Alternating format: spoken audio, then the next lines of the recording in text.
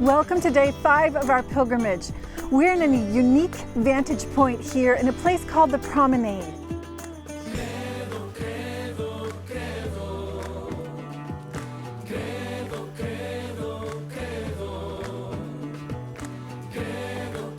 Welcome to the lookout over Mount Moriah.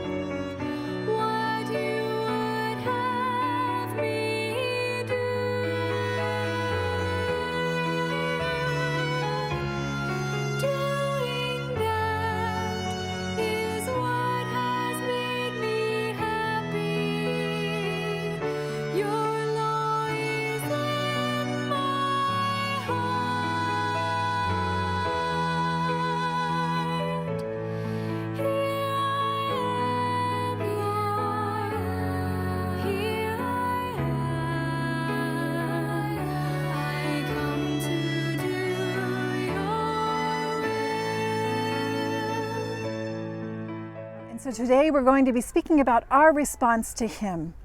Why has He come out to seek us? We've spoken about this many times. It is His purpose to bring us back to Him. So He moves out of great love. In fact, He calls us His friends. Jesus Himself used those words.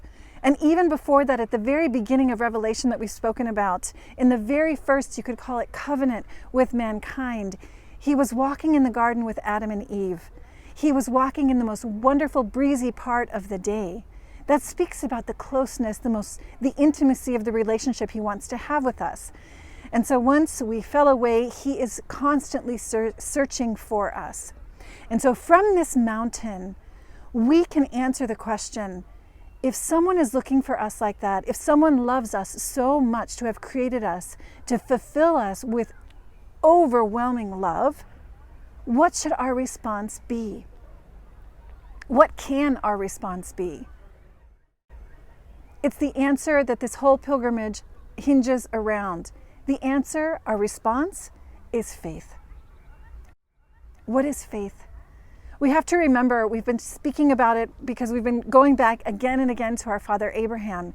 His response was, Ob audire, I hear, I listen. And that's the definition of faith. Why did he listen? And what does it mean to listen? To listen means I am interested in what the person is telling me. I like or I love that person, and so I want to be attentive. It also means that I've been pursued by that person. They don't stop looking for me. And so finally you have to, in a sense, turn your attention to them and give ear. And mostly when one says, I believe, ob audire, when one really listens, it means that they trust. We go back to Adam and Eve in the garden. What was the basis of their sin? A lack of trust in who God really is. A trust in what his purpose, a lack of trust in what his purpose really was.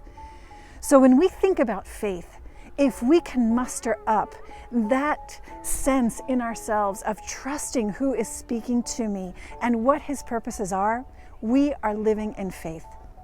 So let's look out over this vista. The reason we're here is not just because it's unique. Most people don't come up here, at least when we take them on pilgrimage. But I wanted to bring you here because in the background, what you see is Jordan to my left.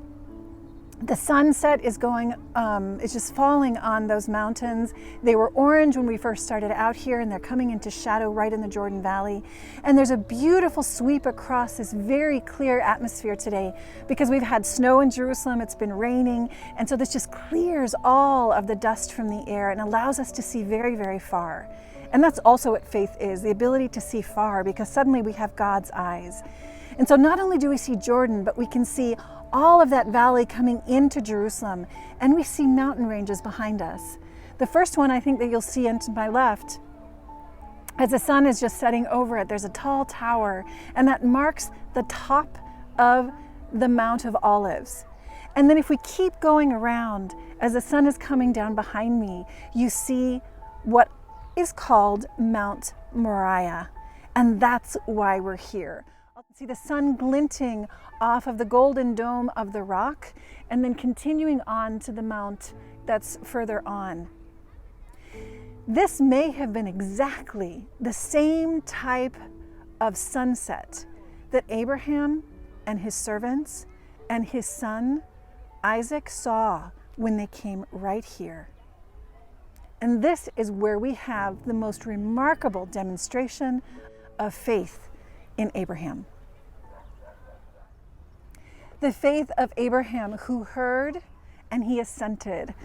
When we trust somebody, it means that we know that our mind, our ability to see and to understand only goes so far. We need the help of someone else. And so he assented to what God asked him when he came to this mountain with Isaac. And I wanted to just read from Psalm 18, verse 2, because I personally think, I don't know if it's true, he may have been the one to inspire this many years later because of his faith. It says in Psalm 18:2, I call upon the Lord, who is worthy to be praised, and I am saved from my enemies. I love you, O Lord, my strength. The Lord is my rock and my fortress and my deliverer, my God, my rock in whom I take refuge, my shield and the horn of my salvation, my stronghold, my rock. Many times when we look out at the Dome of the Rock, we think specifically of that mount that Abraham and his son and his servants saw from here, Mount Moriah. Abraham saw his God, the God he trusted, his rock. In him is my fortress and my deliverer. Now we can say that perhaps this psalm was inspired by Abraham because of what was asked of him on this very mountain. He is the model of obedience because he was taken here to fulfill what it says in Genesis. And I think it would be worthwhile as we look out over this vista to actually read that whole part of what he did. This is in Genesis chapter 22, and let's just look out and see what he saw and listen to these words of the Bible. After these things, God tested Abraham and said to him, "Abraham." And Abraham said, "Here I am." He said, "Take your son, your only begotten son, Isaac, whom you love, and go to the land of Moriah, and offer him there as a burnt offering upon one of the mountains of which I shall tell you." He trusts the God who asks him to do something like this. So what happened? Abraham rose early in the morning, saddled his donkey, and took 2 of his young men with him and his son Isaac.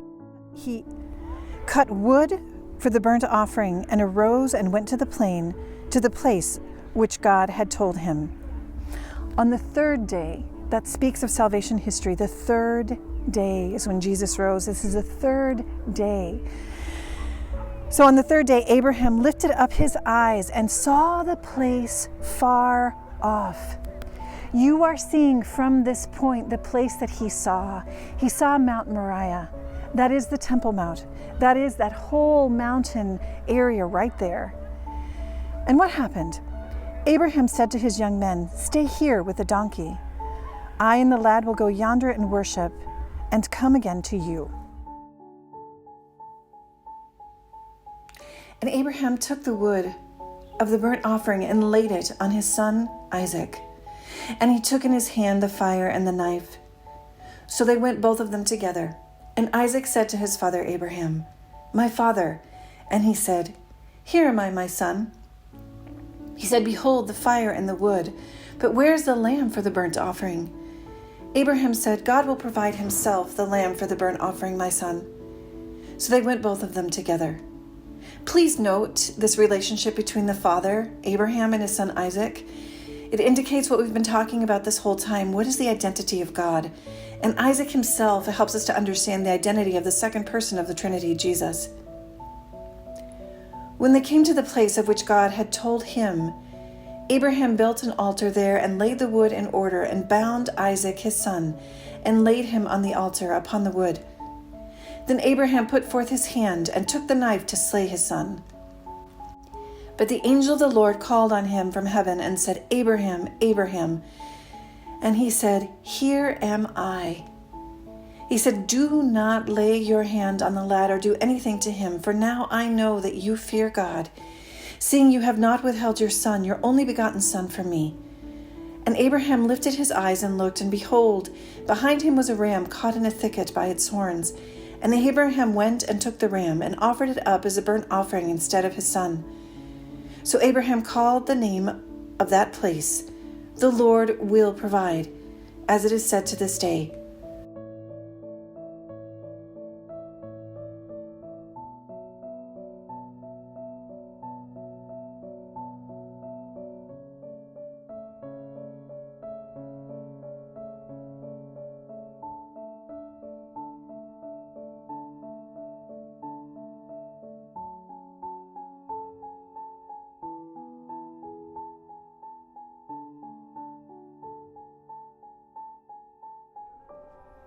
So on this day, I want to recommend that perhaps you can take the same passage of Genesis and read it again, but even more beautifully, if you want to look, I don't know if it's more beautiful, especially when you're reading it straight from this place, looking out over Mount Moriah, but you can also go to Hebrews 11. So in verse 17, it says, "By faith, Abraham, when he was tested, offered up Isaac, and he who received the promises was ready to offer up his only begotten son, of whom it was said, 'Through Isaac shall your descendants be named.' He considered that God was able to raise men even from death. Hence, he did receive him back, and he is now a symbol. He is the type of Christ." This is faith.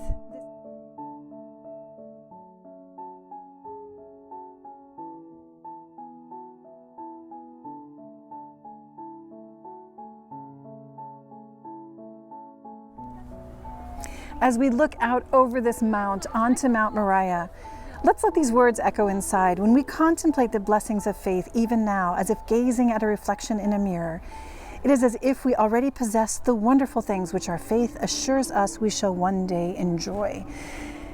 So contemplating all those little blessings that we have in life, how God provides, just like the name of that mountain, how he blesses us, how he helps us, how he pursues us. It's as if we already possess him, and we do. This is the heart of God.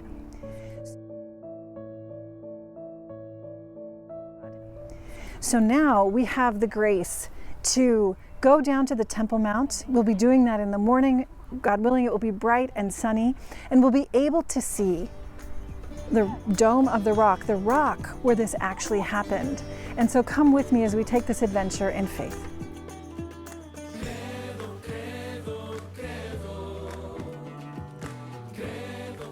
So here we are walking up to the top of the Temple Mount. We're already on the huge area where the temple was. And the Dome of the Rock was right over where they believe the Holy of Holies was, in the temple of the Jewish people. And we explained before the significance of this, the significance of having Abraham, our father in the faith, here with his son Isaac. And we'll have a chance to take you inside the Dome of the Rock to see the top of Mount Moriah, to see where most likely the Holy of Holies was. So it's really a blessing. Just come around the trees and you can see the most iconic vision of Jerusalem right on top of the Temple Mount.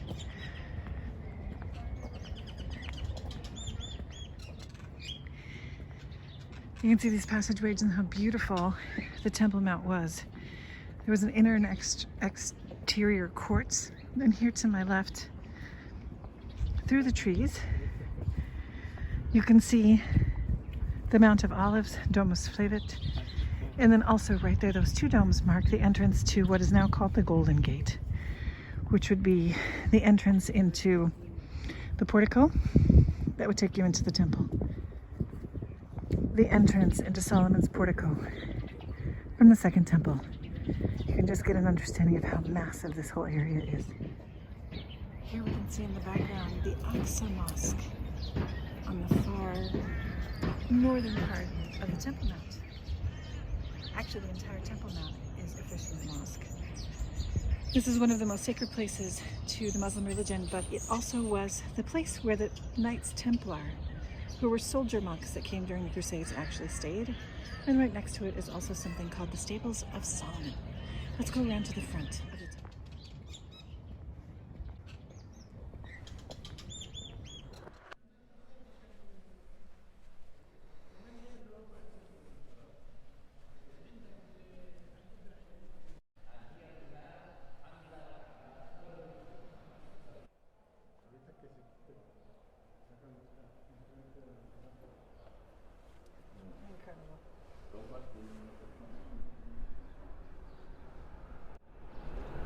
From here we can look down and see the ancient entrance of the steps leading up to the Second Temple.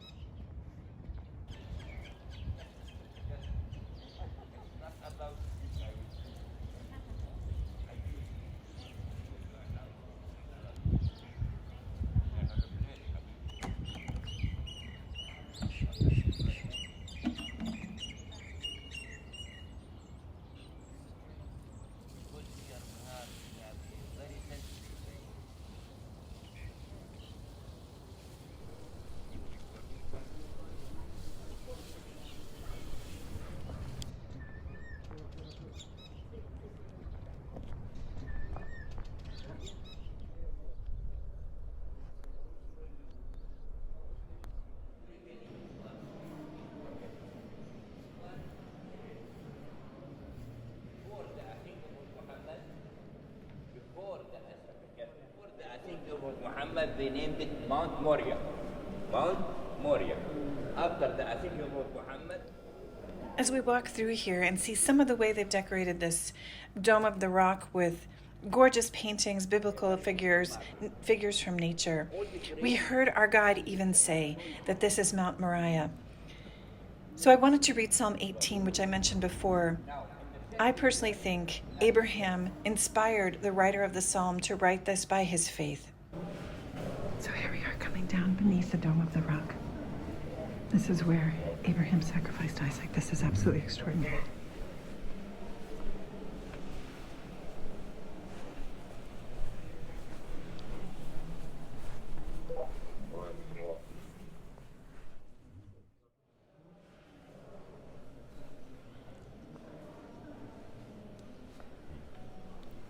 So as we lay our hands on the rock, let's pray Psalm 18.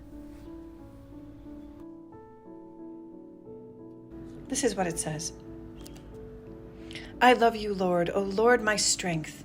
The Lord is my rock and my fortress and my deliverer. My God, my rock, in whom I take refuge, my shield and the horn of my salvation, my stronghold. I call upon the Lord who is worthy to be praised, and I am saved from my enemies. The cords of death encompassed me, the torrents of perdition assailed me, the cords of Sheol entangled me, and snares of death confronted me. In my distress I called upon the Lord.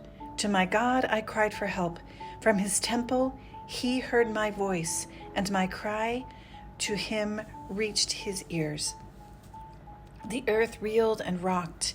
He bowed the heavens and came down. He made darkness his covering around him. He reached from on high. He took me. He drew me out of the many waters. The Lord rewarded me according to my righteousness. According to the cleanliness of my hands, he recompensed me. For I have kept the ways of the Lord, for all his ordinances were before me. Therefore the Lord has recompensed me according to my righteousness. For you deliver a humble people. Yes, you light my lamp. The Lord my God lightens my darkness. This God, his way is perfect.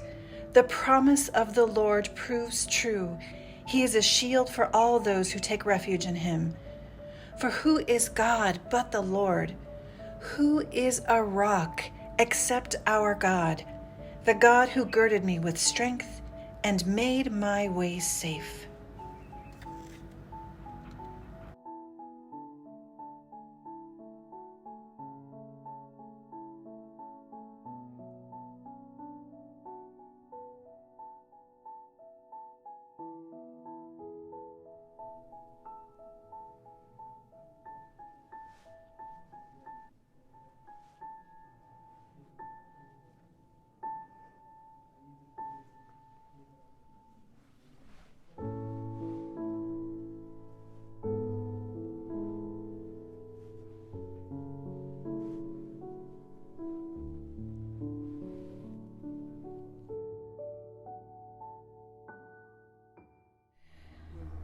So on this day of our pilgrimage, it's been such a blessing to be able to go in and see where it is that Abraham exercised probably the most amazing act of faith. Remember that St. Paul spoke about Abraham as our father in faith, in the sense that this moment where he heard God and he did what God said, and that was he offered up his only son here on this rock. And what's incredible about this is it just indicates again who God is. What is his identity? His identity is a God of love, but a God who is showing himself, revealing who he is, revealing that he's trustworthy. We have that beautiful image from the Holy Sepulchre where the angel comes and holds Abraham's hand before he actually sacrifices his son. And so it was something that perhaps Abraham thought, as he's getting to know his God, he wanted him to do. And it was only after that he was able to understand more fully this merciful heart of God. And this is what we're going to be deepening into as we go into the next parts of the Creed. I believe in God who is a father, And that's the next part of what we will see, what Abraham himself opens the door to by this action of his immense faith when he trusts God completely and allows us to understand a little bit more about the heart of God. So hopefully we'll be able to have you join us again tomorrow as we continue our pilgrimage in faith. God bless you all.